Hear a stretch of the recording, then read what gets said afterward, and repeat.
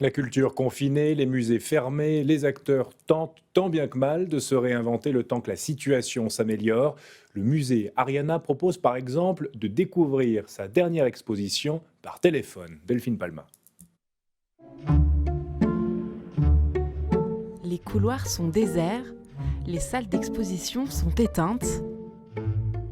Depuis un mois, la plus grande collection suisse de céramique n'a plus d'admirateurs. Enfin, pas tout à fait. Alors peut-être qu'en soi, les Japonais n'auraient pas pensé à réaliser un décor dans ce style. Car dans ce bureau, on est en pleine visite de la dernière exposition temporaire.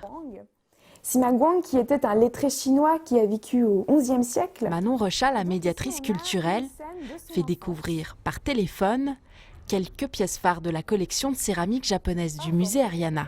Vous dites que c'est de la céramique, mais c'est de la porcelaine. Oui, alors on leur transmet donc un fichier Word avec les images en haute qualité de certains objets de l'exposition. Mais donc voilà, ils ont quand même ce support visuel qu'on leur transmet pour que ce ne soit pas trop abstrait non plus, vu que je vais directement parler des décors, peut-être décrire un peu certaines pièces, certaines assiettes, pour parler plus précisément de l'histoire des décors. Surtout qu'à ce moment-là, en Europe, on est aussi dans la Ces période 15 minutes baroque, privilégiées, donc ça correspond tout le pas monde du peut tout se à ce les style octroyer en s'inscrivant au préalable sur le site internet du musée. Au bout du fil, ce matin-là, une résidente d'un EMS, ravie de pouvoir sortir un peu de son train-train. Exactement, c'est une belle C'est figure. énorme, oui. Oui. Entre nous soit dit, je suis dans une maison de retraite, Coladon, qui est extrêmement bien faite, très sympathique. Mais évidemment, il n'y a que des vieux qui s'intéressent qu'à eux. Alors des moments comme ce matin, où vraiment c'était intéressant, c'était sympathique, c'était fantastique, je trouve. Une conversation privée de ce genre, bon, j'ai eu beaucoup de chance de l'avoir.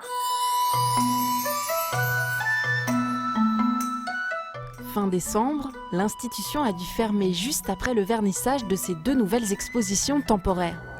Pour le musée, il fallait donc continuer à faire vivre ces expositions, malgré tout. On voit en fait que les musées ont fait énormément de choses numériquement. Et puis là, en fait, c'était leur apporter d'avoir véritablement quelqu'un de réel au bout du fil et de pouvoir communiquer, échanger, partager autour de ce domaine culturel. Ces visites par téléphone ont lieu chaque semaine jusqu'à la fin du mois de février.